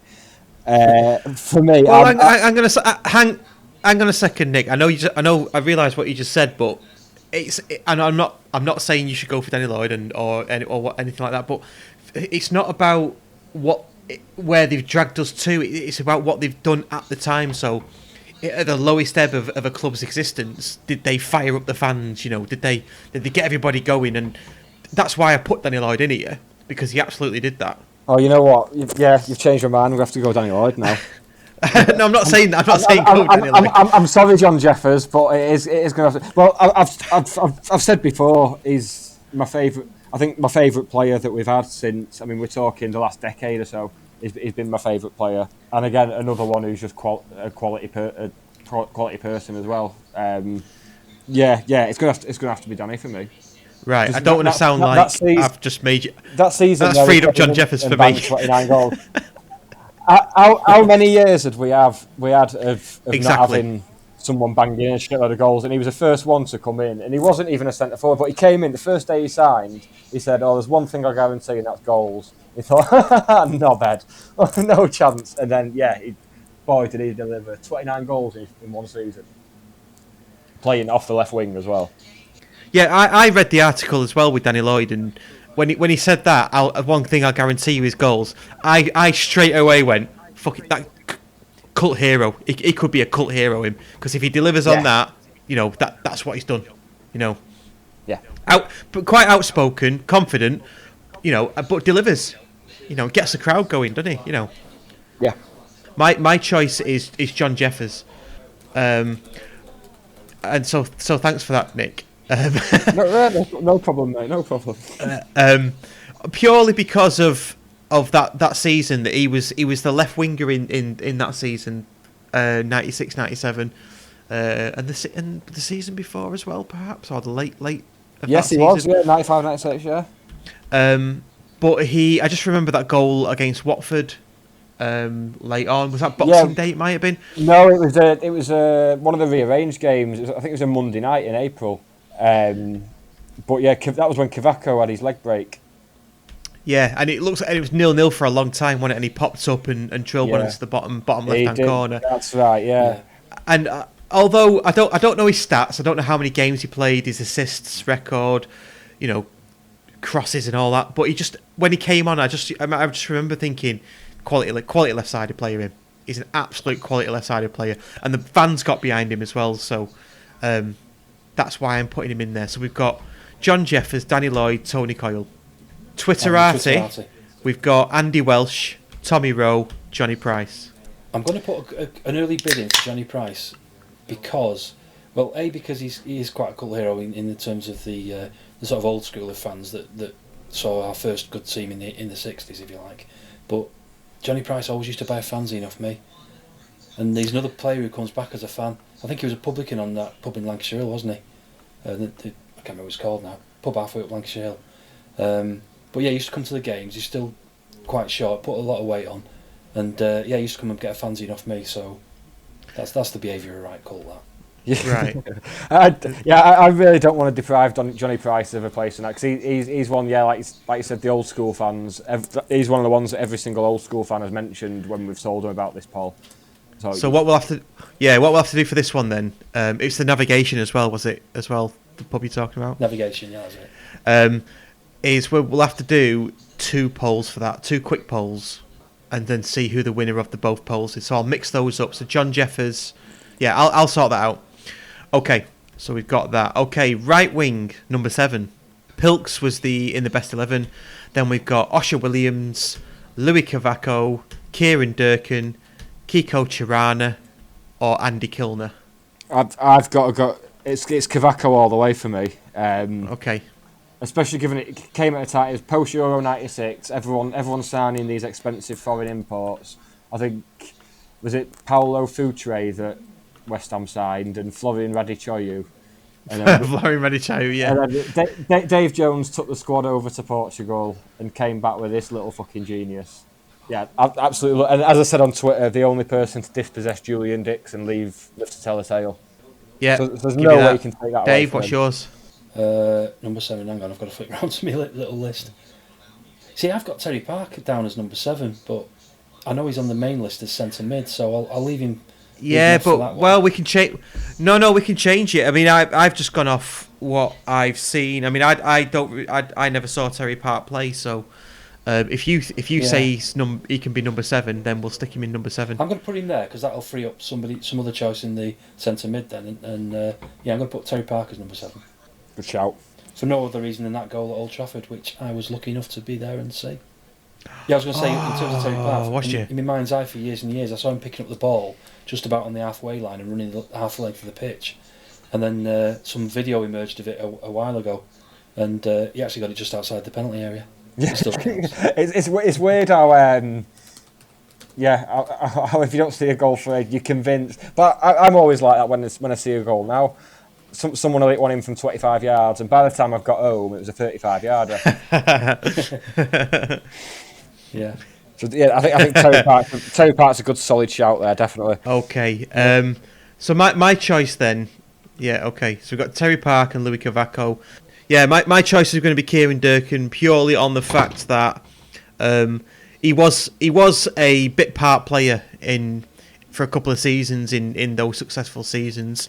In the 90s, but he could hit a free kick, he could bomb down the right, the fans loved him, not because of what's happened since, and rest in peace. He's passed away, but just because of what he was doing at the time, it was brilliant. And I think he scored a deflected free kick away at Rotherham that we went away to in the Autoglass Trophy. Just pandemonium in the stands for the about 150 people that were there at the time. So he gets my vote. I still maintain that his performance and in then Twitterati get Kiko Tirana, Andy Kilner and Osher Williams. I'm not sure Kiko Tirana should be there, but someone did mention him, so...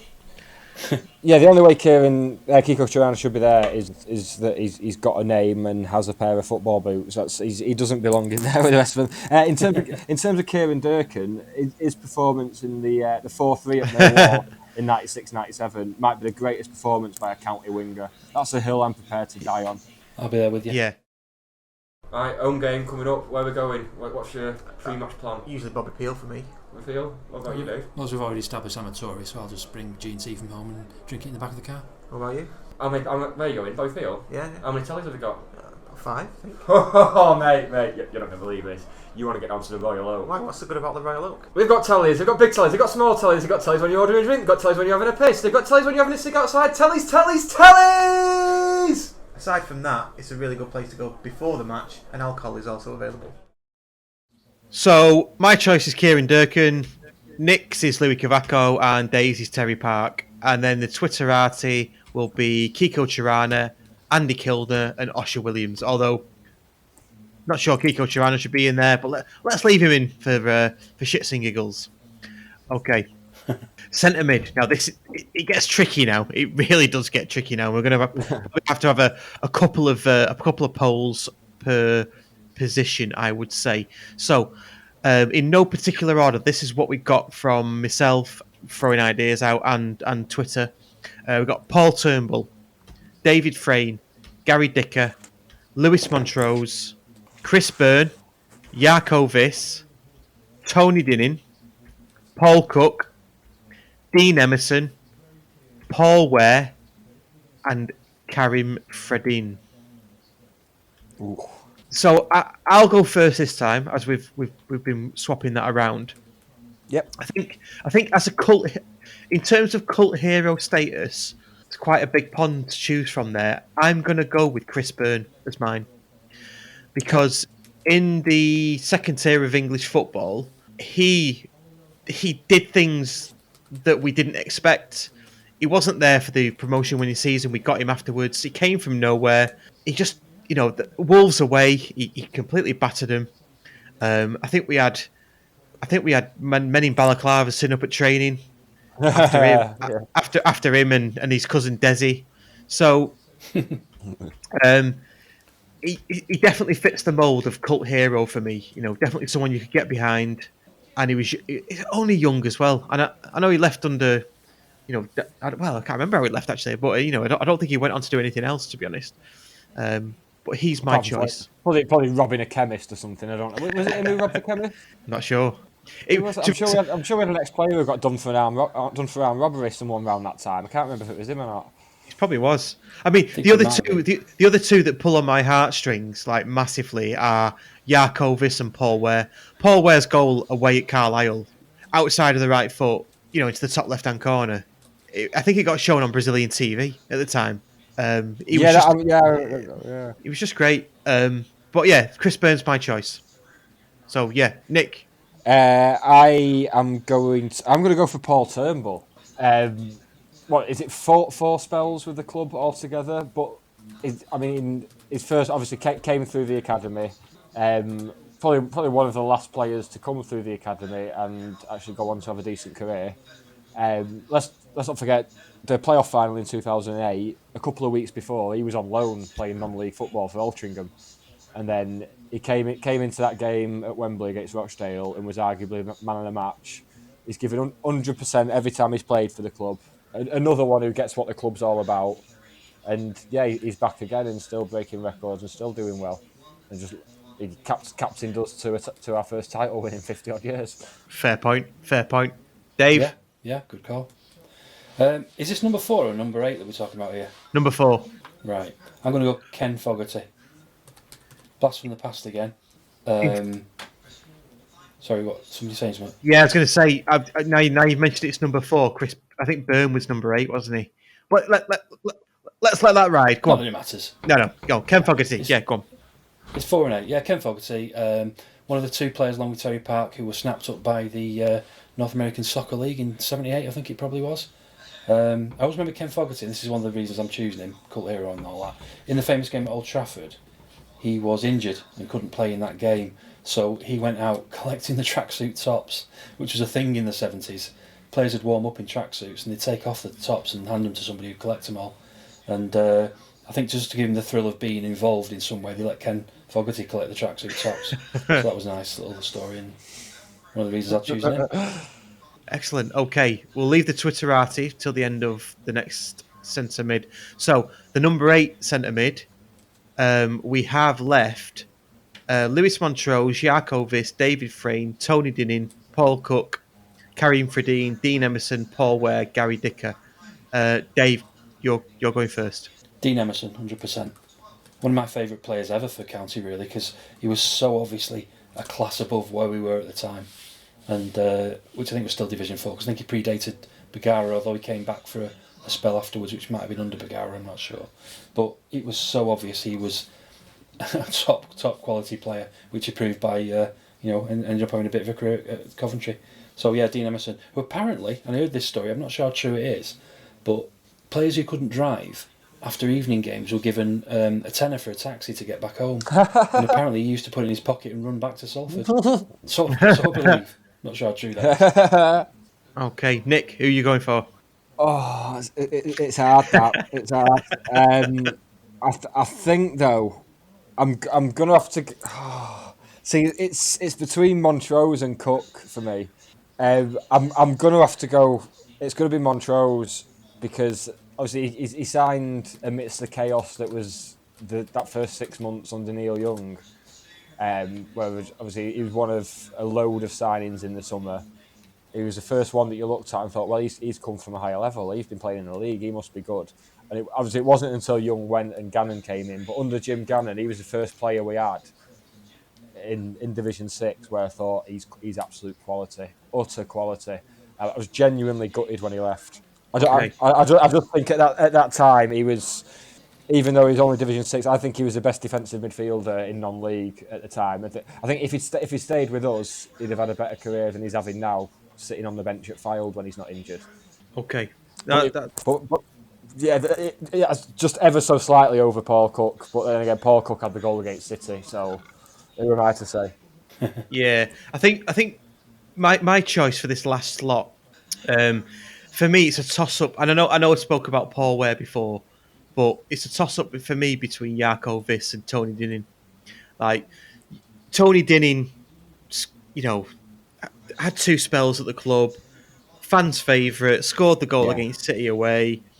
He was just a class player and probably underrated to a certain extent. I think so, yeah. Yeah, Jarkovic, Finland international. He came at the club along with another Finn who we'll talk about in a bit, and a couple of other Finnish as well, and other Scandinavians under Andy Kilner. At a time when the club was on a high, but he still oozed quality, and I don't know. He sort of brought a bit of culture to the club. I think Jarkovic. I remember him. He scored the winner at Crewe in the FA Cup about 2 minutes after Rodney Jack had tried that ridiculous back heel into an open goal and missed. That'll be my abiding memory of Jarkovic. Yeah, I'm gonna say Jarkovic, and then the Twitterati can decide the rest. Purely based on that oozing of culture that he brought to the club at the time. Nothing to do with he was a really good player. It didn't, scored a few goals, but I just remember him being a player that we all looked to and thought he's an international. We're getting games postponed now because we've got internationals, and he's one of them. Do you know what I mean? That's when you're massive, yeah. Which does leave some names, in the cold on waiting for the Twitter poll to vote them in. One in particular I noticed is Gary Dicker. because Gary Dicker made the bench of the best 11. Yeah. No doubting he's an absolute quality player, but in terms of cult status, the best 11 was the ability status. We're talking about the cult status, so I need to be clear on that. Yeah. Okay, so the Twitterati votes are, excuse me. Just to confirm ours actually. In central midfield, we've got Chris Byrne, Jarko Viss, Lewis Montrose, Paul Turnbull, Ken Fogarty, Dean Emerson. What I'm seeing as I look down these lists actually is definitely a 90s, noughties, and pre-90s theme going on based on the person. I think it was the same with the club one. There's a lot of recency bias. Yeah. Yeah. And then in the Twitterati, we've got Tony Dinning, David Frayne, Kareem Fradine, Paul Cook, Paul Ware, Gary Dicker. Okay, final section, number 9. Kevin Francis was the best 11. Then we've got Adam Proudlock, Luke Beckett, Mickey Quinn, Ian Helliwell, Coyote Adejayi, Liam Dickinson, Roger Wilde, Ken Charlery, Jack Connor, Len White, Andy Priest, Ian Moore, Chev Kikuchi. Any missing first, I guess? I've got one who's not on the list. Go on. My choice would be Johnny Griffiths. Oh, okay. Right. Striker from the 70s. Is that Jonny? Yeah. Right. Because I've never heard there's H in there. I'm not sure, but he was a striker when I first started going. I think maybe just a couple of years later, but he had bottle blonde hair, and he to me he scored like loads and loads of goals. But if you look at his record, he didn't. He got like a dozen or 15 in a couple of seasons, but with the county team as it was at the time, that was a lot. And for a young kid, I was 8 when I first started going, so I'd be at 8, 9, 10. He was like your superstar. He was the player that you went to county for. So in terms of the reason for doing this Cult Heroes poll, then from my point of view, he is the one who fulfills the criteria most strongly. Can't argue that, yeah. You can't argue it yet. Fair enough. Fair enough. No arguments from me. I think I know what Nick's going to say. What's your choice, Nick, for your attacking position number 1? Right. So if we're saying that's number 9, for me, the number 9 is the target man, the focal point of the attack. Yeah. For me, a cult hero, a lot of the time, it's the polarised opinion, a cult hero, I think. You get. I remember. I know Kevin Francis gets described as just a '90s cult hero in general, not just with county, but just in terms of like general football.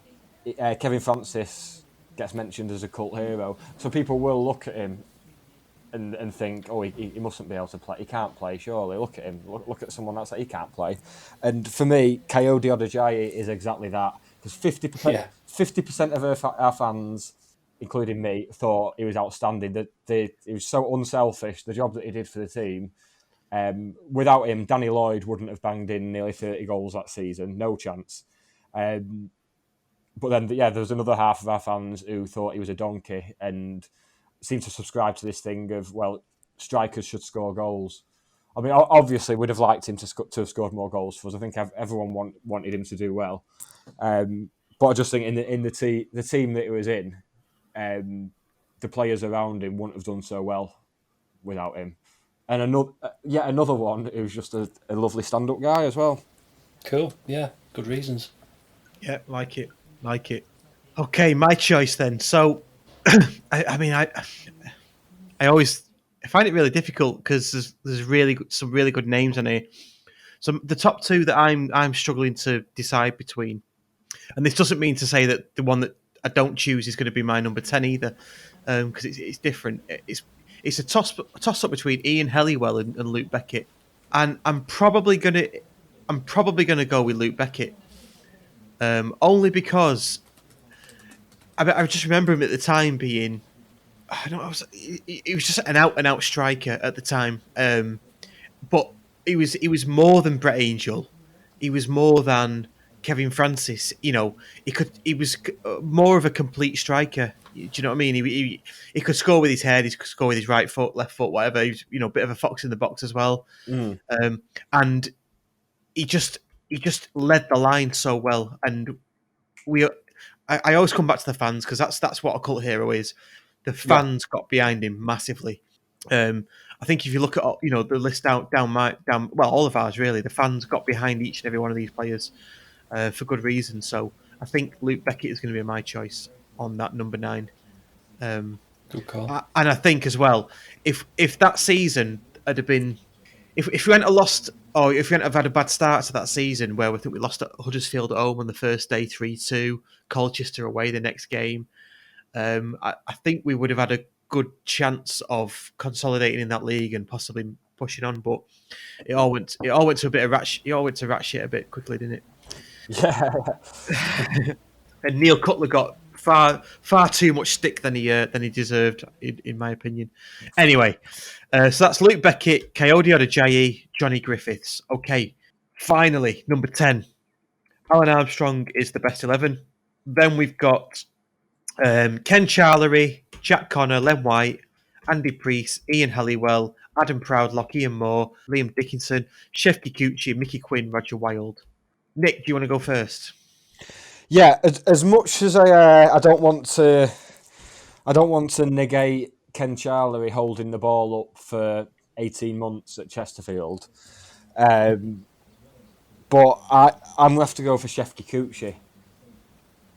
Just another one of that Scandinavian contingent that you talked about before. And let's be honest, he's got a celebration that I think most football fans around the world would recognise as his celebration. How many other county players can say that? Yeah, it was just mad, wasn't it? It was like, where did that come from? It's like, just launch yourself parallel to the ground and land. It was utterly bizarre. But you see some photos of it, especially that one when he got a goal at City, I think, at Main Road. And the photographers caught it just perfectly. And he's about 9 feet in the air, parallel to the ground. That must hurt. Absolutely. I bet he's looking forward to his 30th birthday coming up, isn't he? Okay, good shout. Dave, what are you going for? Number 10. Oh, hang on. I've lost my list there. I had it all written down. Yes. Guy called Eddie Prudham, who... again, late 70s footballer. The reason I've picked him is because he was, to me as a young kid, similar to Johnny Griffiths. Decent player, charging forward to score goals for County. But the weird thing was for him that it was in an era with County where we used to just basically get rid of all the squad at the end of a season, and then you retain a few of them, and then you just sign a few players to go along with them and hope they'd do something the following year, which we never did. But Eddie Prudham's last game for County, it was a 4-1 win against Halifax. He scored a hat-trick, the third goal of which was an overhead kick at the railway end, which was one of the best goals I've ever seen at County. And he never played for us again. That was his reward, was to be released at the end of that season. But yeah, for me, someone I really loved as a player, so Eddie Prudham. That leaves me. So I've got a choice between Ken Charlery, Len White, Ian Halliwell, Andy Priest, Adam Proudlock, Ian Moore, Liam Dickinson, Jack Connor, Mickey Quinn, Roger Wilde. Now... Oh, God. I suppose we could have subs, can't we? Fucking hell. Imagine bringing Jack Connor off the bench. Oh, yeah. It's a toss-up again for me between Ian Halliwell and Andy Priest. And I know a lot of people on Twitter have called for Adam Proudlock, so I think we'll leave that to the Twitterati. I'm going to go for, purely based on the importance of the goals at the time that they were scored and the sort of admiration that this player has with County fans now, I'm going to go with Andy Priest. Everybody knows Andy Priest. That goal against QPR in a Ray Wilkins captained QPR team at Edgeley Park, I think he deserves to be in that cult hero status. Ian Halliwell just drops out. Yeah, great goal at Everton away. But if you ask a new County fan, or they probably don't really know who Ian Halliwell is, but everybody knows Andy Priest, and the pictures, with him and Kevin Francis, and the different height difference, and those two as a top two. I just think it calls for him to be in there. He went on to have a great career as well afterwards. Priest did. Yeah, QPR he went to after us, did he? Yeah, QPR. Yeah, he scored a fair few goals. Did play around the start of the Premier League, first 3 or 4 years of the Premier League, and he did very well there. Yeah, he did Palace as well, wasn't he? Yes, Palace. Yeah, Just as a bit of an aside, actually, well, we were talking about Chris Byrne earlier.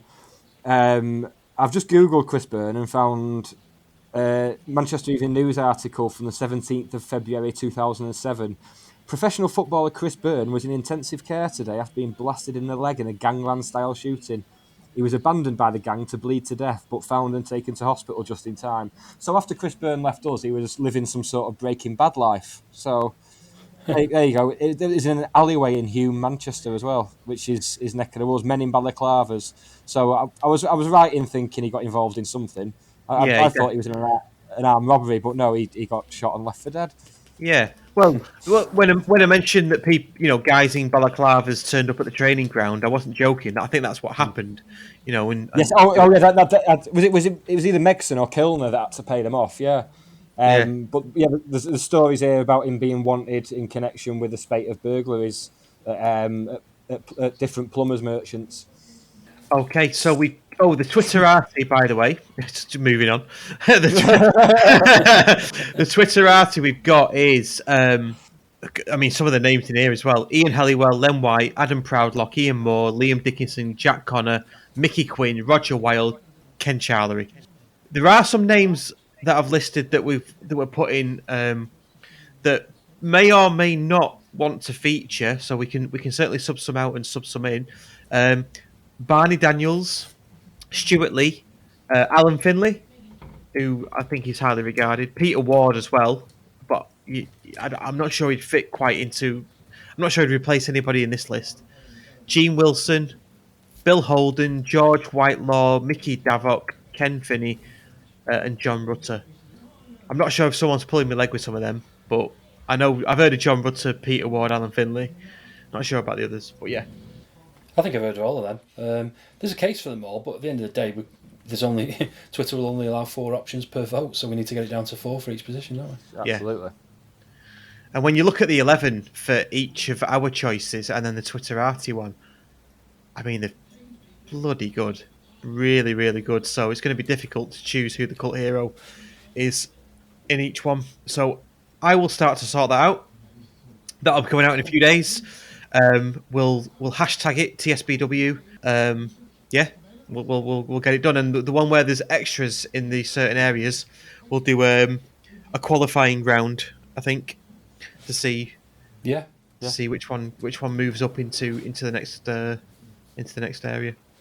And whatever team we ends up winning the poll, we'll put it in the whatever kit wins the Stockport County shirt collection poll. Yes, we will. Yeah, cool. Yeah, that'll look great. Yeah, I'll sort that out. I'll draw that one, and might stick it up in the county arms or sell it for charity. Not sure yet. All this is dependent on whether or not the recording works, of course. Because if it doesn't, we've fucked up. No one will hear it anyway. It's like that Guns N' Roses album that never came out. Only this will be good. Is that a thing? Is that what happened?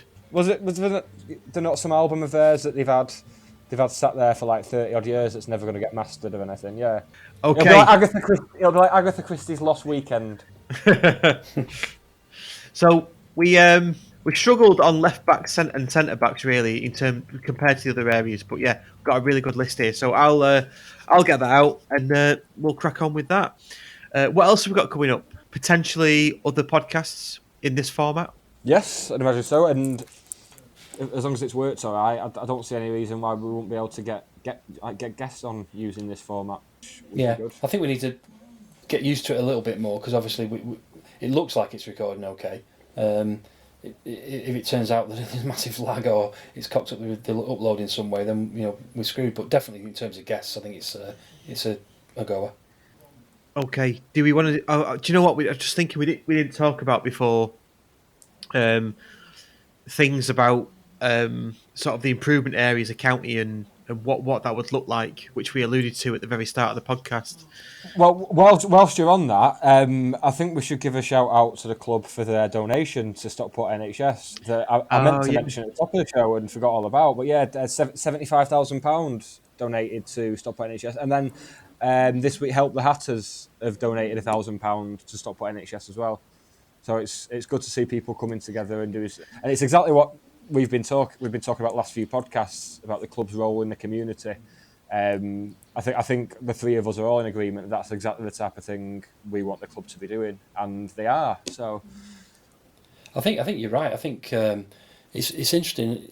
I was laughing the other day because when people are talking about money and with the coronavirus and all this kind of stuff and how people are going to survive, and obviously totally in support of what the government are doing in terms of giving them money. Yeah. But I had to laugh. I sort of said to myself, everyone's a socialist at the time. Yeah, that's it. Yeah, you're all voting Labour now, aren't you? there's an element of that in football as well, because you hear quite a lot of the time people are saying we need help from the from the top leagues. There's so much money in football. I'm thinking, well, yeah, okay, I agree with you, but how do you vote when it comes to elections? Because you're being inconsistent if you don't want that for society as well. But I think football clubs definitely, if we're going to start playing this card of we are community assets, we need help, we need the ground to be sold over to us or whatever, we need land for a training thing, so we're valuable to the community, so can you help us out in that way? Yeah. Then we need to prove that we are valuable to the community, and stuff like this does help make that case. Definitely, yeah. Strong words, like it. Not only did we put 75 grand in, but I noticed Man City and Man United putting 100 grand between themselves to the cause. I don't think it was to the NHS, but it was to food banks. Yeah, food banks, which is admirable. 100 grand's a lot. I've not got that to throw away. But if a club like County can put in 75 grand, I'm sure they could do a bit better. Considering the sizes of their clubs, which does say to me, who are they run by? Ours is run by a Stopfordian, and theirs are run by Americans and Qataris. But also, we've donated 75 grand to the NHS for Corona. Could you imagine us of doing that even 6 months ago?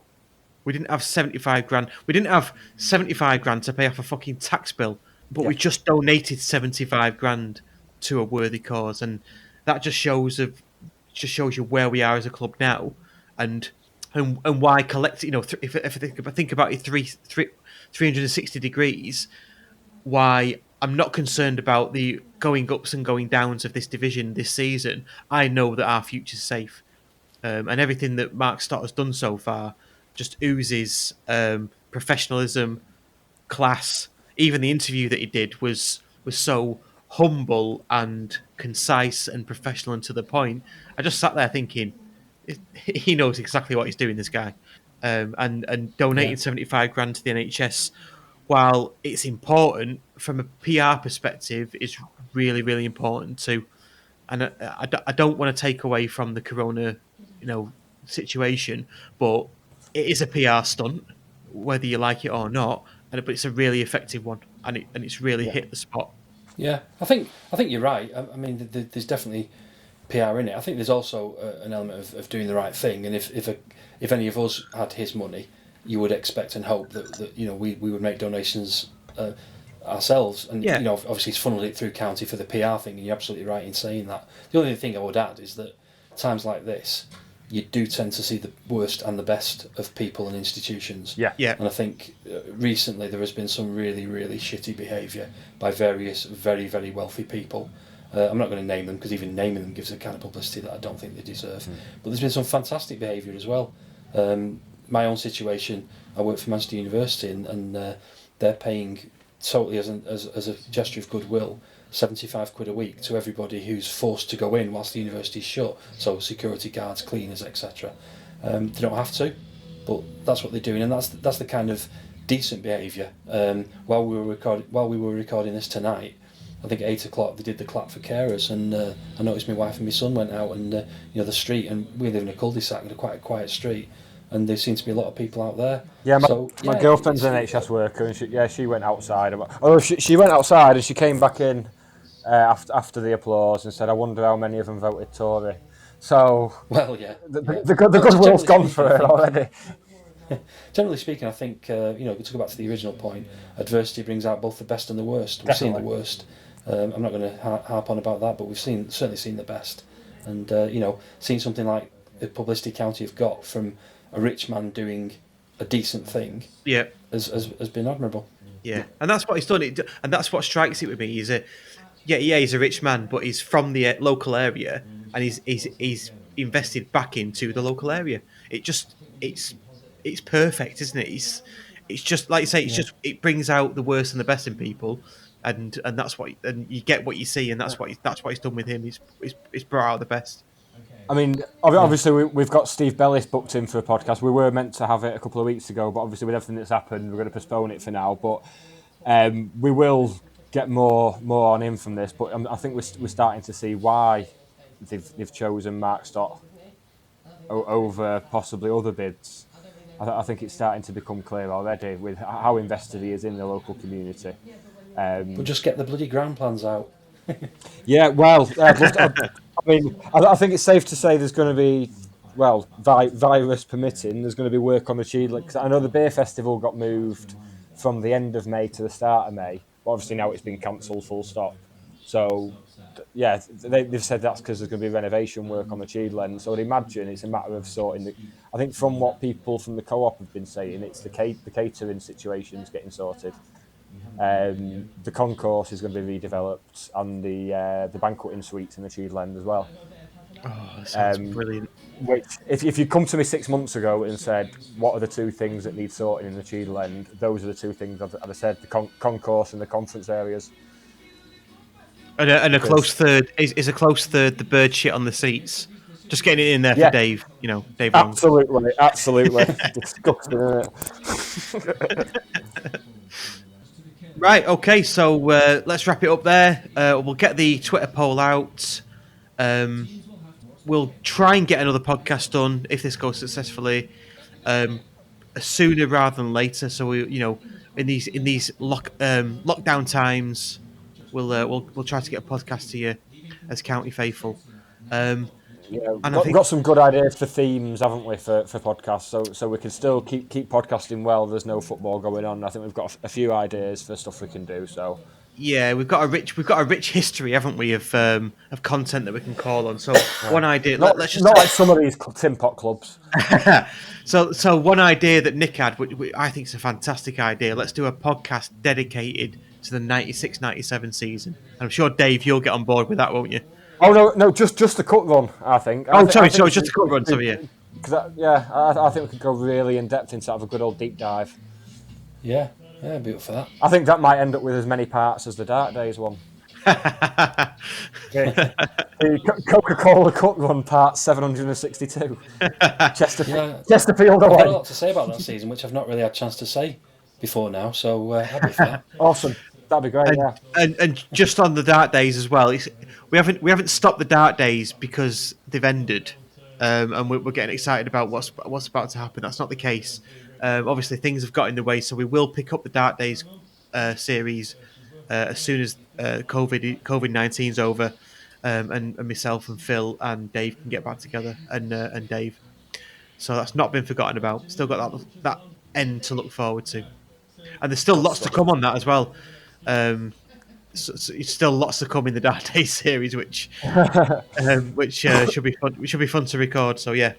Okay, right. I'll leave it there then, chaps. So speak to you soon, and thanks for your efforts, and thanks for choosing the names for the cult Hero 11. No problem. What a load of cults. See ya. Look after yourselves and stay indoors. Bye.